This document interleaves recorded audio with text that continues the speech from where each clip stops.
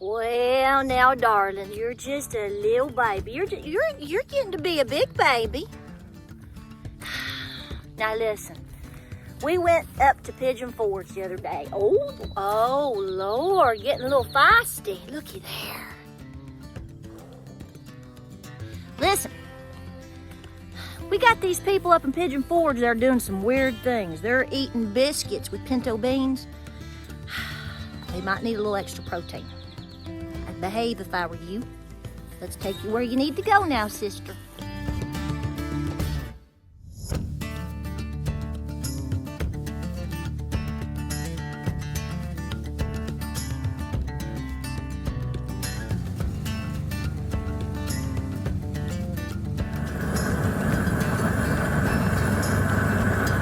Okay, so we're using the torch. This is just coming in as an impromptu video clip. But for those of you that have done this, my last video, you were like, you don't have a burner, you're not doing it right. Yes, we had a burner. We were trying to get this stuff down quick. We didn't get out the burner that day, but we're gonna go back and basically cauterize what we've already cut. But we're trying to put in the holes for our sweet potatoes that we're gonna plant. We've already gone through one time because it's a matter of technique and how good you get at using it, okay? The more you use it, the better you get. Well, the first burn, it went pretty much about 80% around, but you can see it's not fully done. You can't just tear that. He's got to come back in and specifically hit that part of the circle again so that the woven weave does not basically tear apart and fray. So that's what he's doing right now.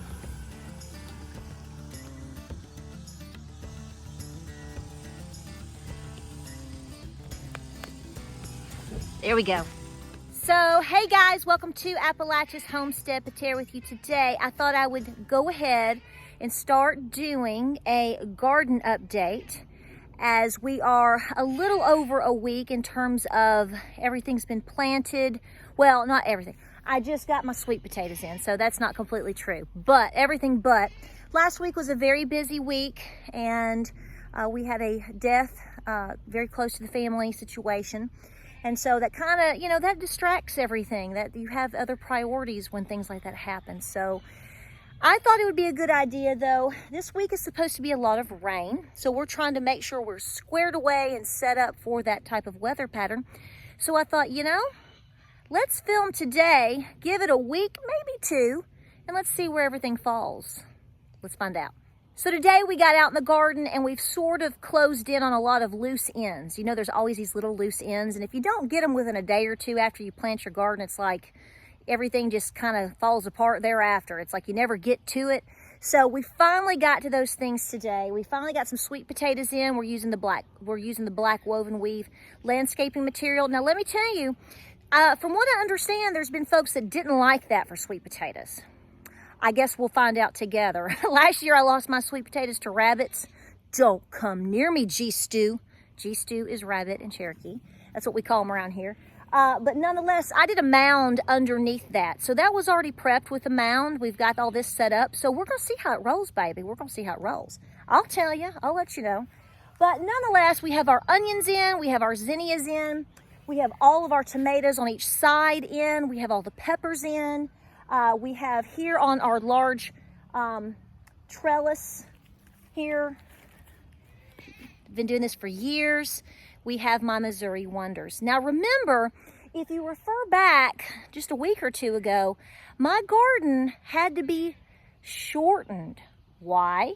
Well, as you may or may not know, we're reconnecting the well to the property. We have a really nice well here on the property, and the reason it got disconnected basically is due to a large lightning storm a couple of years ago. So we're coming back in and we're hopefully going to have that all reconnected. The problem is when they come in, they're going to have to come in through my large gate up here, and they were going to have to drive over the garden. So we had to literally measure it up. So I lost about a fourth to a third of my garden space in that area from just last year alone. So I kind of segmented that off, but then I added a little bit this way and a little bit that way. I said, James, stretch it that way a little bit. Let's stretch it this way a little bit. And I think it's going to help out. So I have a little bit less space there, but I'm trying to make up for it in many other ways. So this is the thing that you need to know about the garden tour. This is what you need to know about us because it pertains to a lot of you. A lot of you may have moved to a new homestead this year, within the last year, like we have. So every time you do that, you're starting from scratch.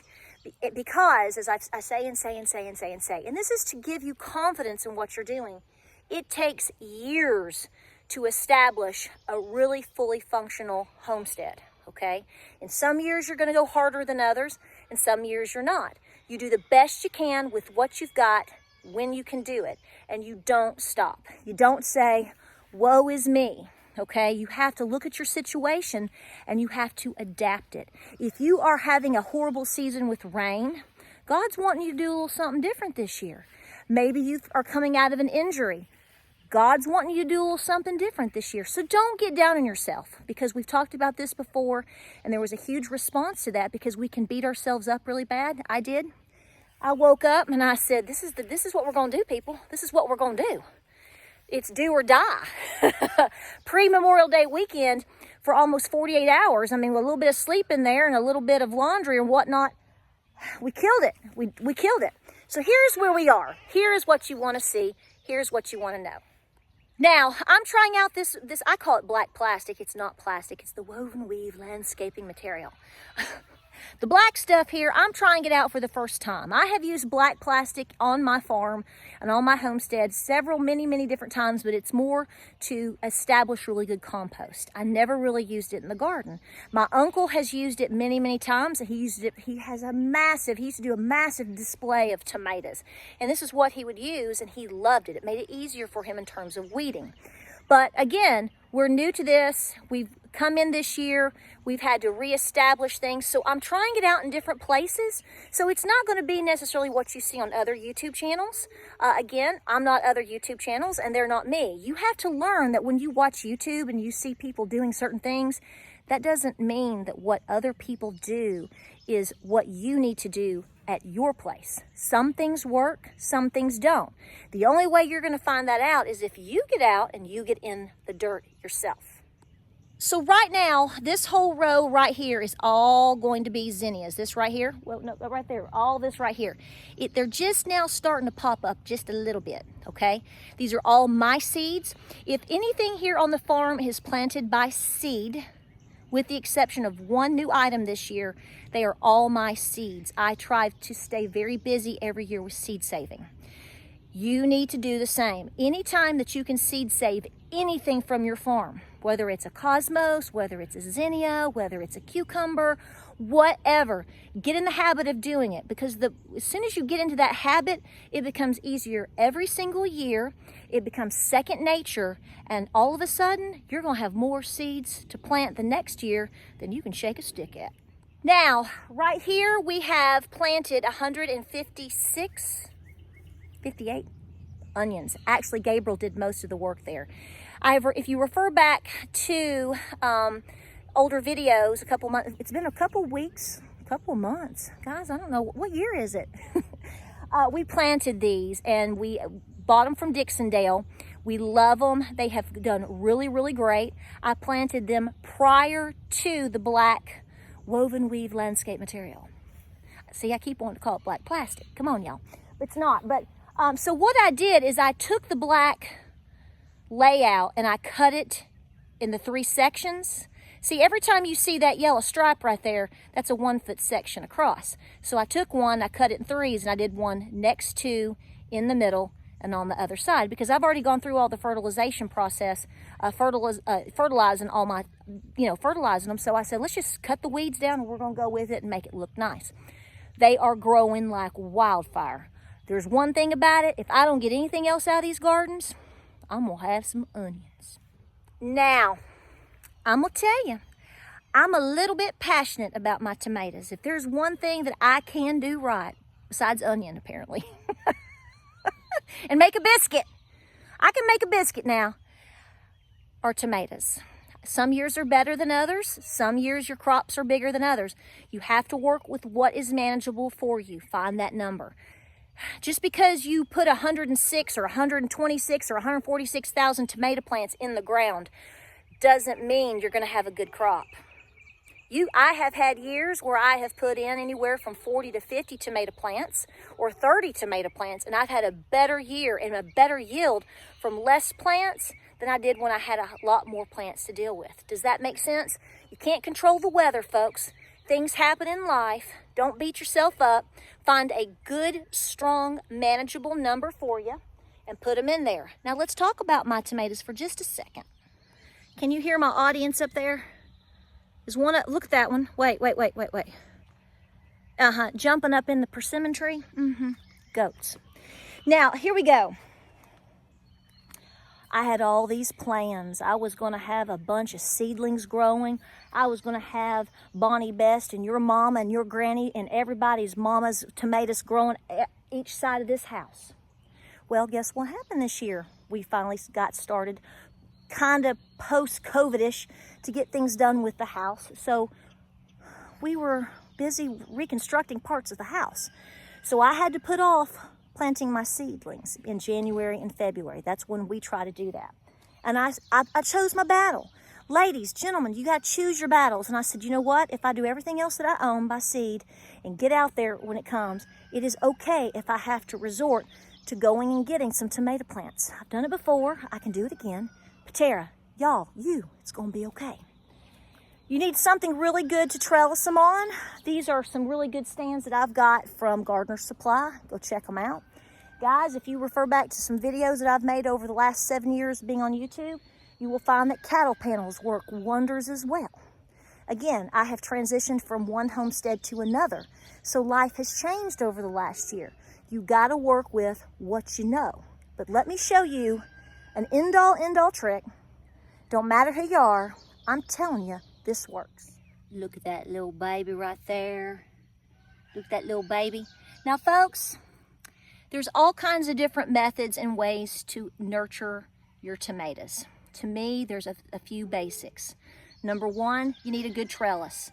Number two, you need a good watering system. Number three, you've got to get something down around the plants to ensure weed control, and most importantly, blight. If you've got a fairly large yard and it is not treated, you don't use chemicals on your grass. Clearly I don't. You can even see look at there, you can see the clover in there. Put them up around your plants. Squash, peppers, tomatoes. When things get established and you know how big they are, leave a little bit away like this. See, put a mulch down, put down something else. Don't put anything at all. And the rest all around it, come in and put in your grass clippings. Folks, it's free. It's natural. You control how much of it you get depending on how large, where you are and what you can do. Go to Mamaw. Go mow Mamaw's yard and get you some grass clippings. Because if you're wanting to buy all kinds of black woven weave landscaping material, you better be ready to shed out some dollars. That's just the way it's going to be, like I've said before. Or if you're waiting on wood chips from Big Bobby and Brother Company or whoever else is out down the road, you might be waiting a long time like me. So you know what? I don't wait on anybody, and neither should you. You take the bull by the horns, and you come in and you do your thing, girlfriend. Did you catch that? You wait for nobody, because you'll be waiting forever. Grab that bull by the horn. Now listen.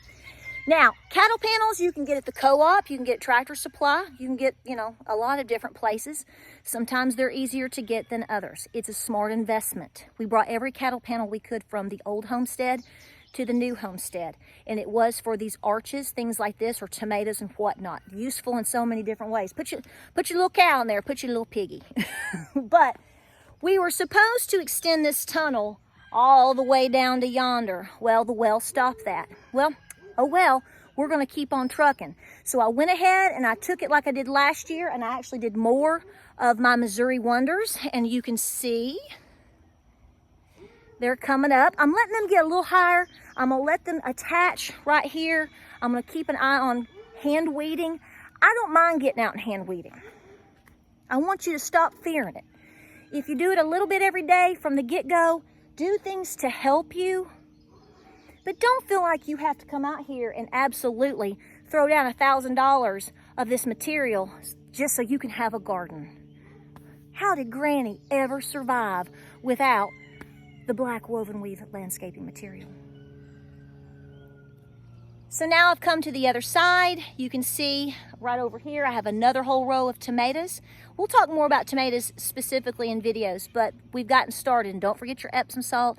Don't forget your calcium, your Tums, however you want to do it. You throw an egg in it, put you some Tums in it, put your eggshells in it, pray on it. Don't forget your wood ashes, all kinds of stuff, okay? Everybody's got different tricks, and so do I. But the bottom line is, treat them like they should be, and do it from the get-go. But again, another walkway, and I'm joking with James. He was like, Tara, you need to put some more stakes down in, you bought all those stakes, you need to put more stakes down in the black woven weave landscaping material.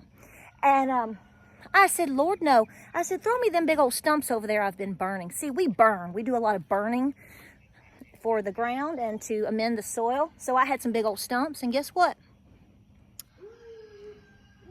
Some fine red neckery right there, y'all. Well, I mean, come on, you gotta be a little, you know, I gotta claim my roots, right? So then last but not least, if you've got some cattle panels, you've got some good old zip ties and a couple of T-posts, you can just about do anything you want. Tomatoes, peppers, whatever. But this is where my cucumbers are gonna be growing, and they are the Israeli variety that I always grow. I love them, love them, love them. It just takes a few good little cucumbers. And folks, I'm set forever on seeds. You should check those out.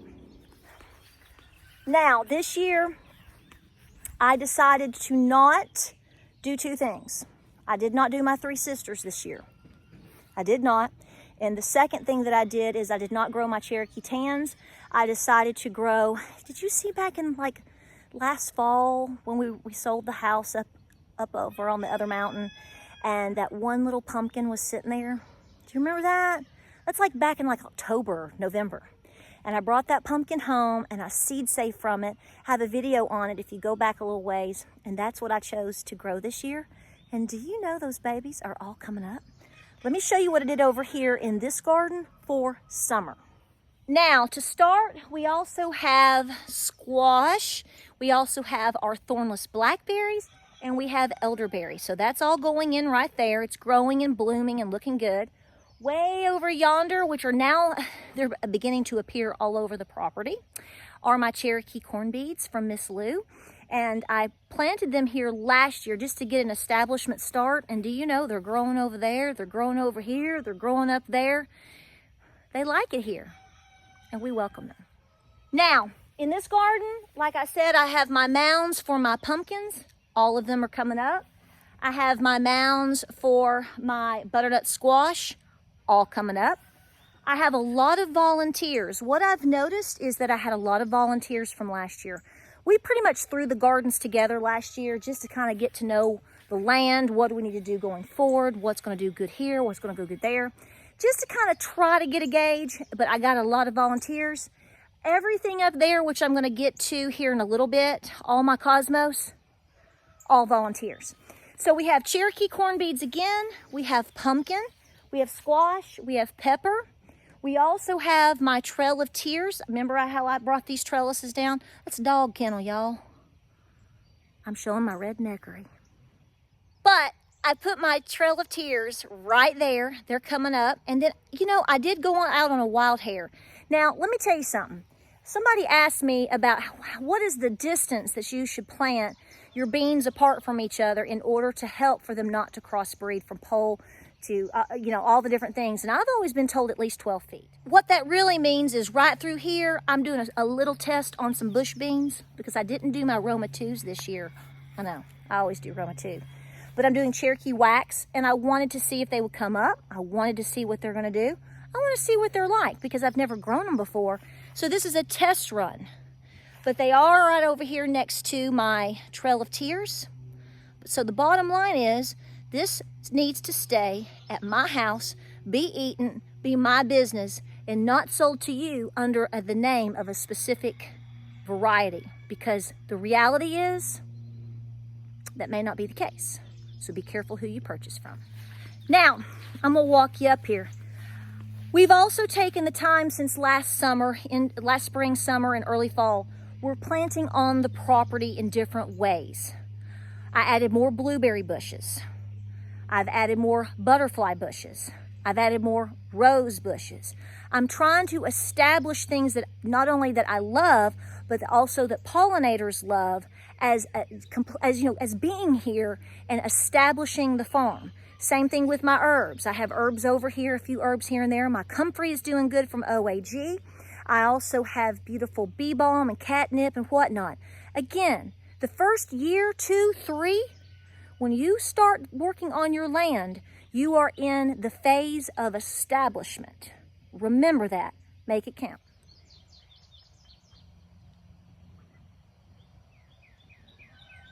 Now, don't fuss at me.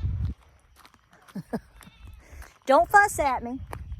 But I'm not going to get directly into the garden because it rained today and I wanted to do this video before the week progressed.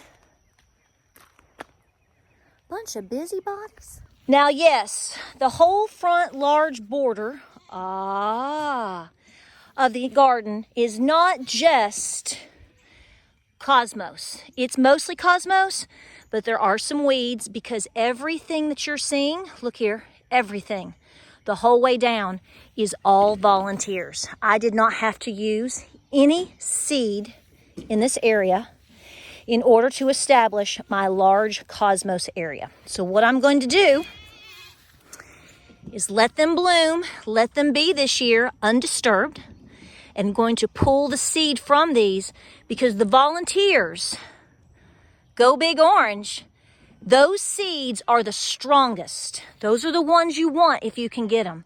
And honey, grow, baby, grow. Now, I might have fallen off of a turnip truck at some point in my life, but I'm going to tell you, buying these little flags, you can get them for like, I got 10 for $2.99 at the co-op. And I put them right at the ends of everything that I've planted, so as they begin to grow and show themselves, reveal themselves, I know exactly what I did. So I've got my half runners here, and last year by default, I grew the half runner beans.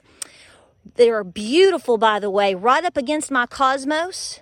And the cosmos was kind of like a lattice for them, and they helped hold them up, and it worked beautifully. So I'm doing that again, and you can see they all came up. They're just babies, y'all. They're just babies. Look at them. That's all okra. And I went against my husband's desires of not planting okra because he doesn't like it. Hey, everybody has their own faults, right? I mean, we got to forgive him for something. I told him, I said, honey, I'm planting okra. I eat the okra. You can just watch me. He said, you go, darling. So all of my okra is coming up. And then we're over here with, it's time to do another till and another hilling of all of our potatoes. As you can see, it's getting close to that time this week, so hopefully that will happen. But every single one of Gabriel's potatoes have come up, and they are doing great. Lord have mercy, bless her heart. What has she got going on there? Folks, I had about 45, no joke, volunteer watermelons coming up. I let them grow, grow, grow. That's all that hot mess right there. If I just get 1 or 2 watermelons out of all of that mess right there, I will be happy because those are going to be the best to seed save from. Now, this year I decided to grow. I got a little froggy, and I'm going to be growing, or I am growing, the peaches and cream. I like Silver Queen. I like peaches and cream. Last year I grew the ambrosia corn. I mean, I'll eat it. I mean, you know, you always have to think, what if I was starving? So you don't waste food, or my goats don't waste food, or whoever don't waste food. But I went with what I liked. Now, these have just come up in the past couple of days. I'm serious. All 4 rows of my corn, I'm only doing 1 block of 4. And right now, it is just getting to the point where you go, okay, it's time to go in and weed. It's time to think about side dressing, and it's time to literally take out all the extras.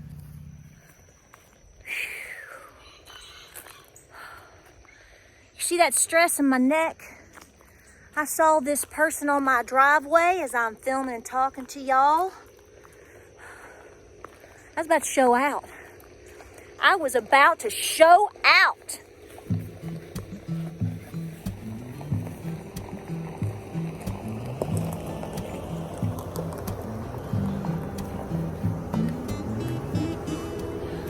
I thought you took the other car.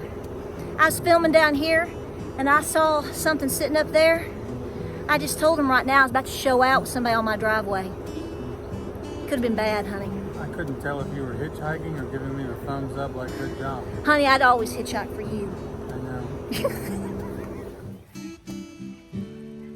And of course, now it starts to rain. So we have the corn, we have the okra, we have a ton of sunflowers. Everything's growing. It's raining on my head. I was about to go Roscoe Pico train on somebody on my driveway. Man, that'd have been something. Well, I reckon I'll wrap this up.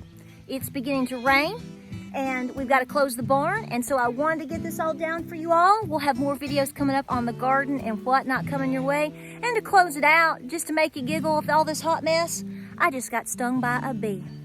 My clover gardens are working too. Video next. We'll see you on the next video. Hey! Give me some plantain. I just got stung. See, that's what I get for trying to be cute. I can't believe this. Can't believe it.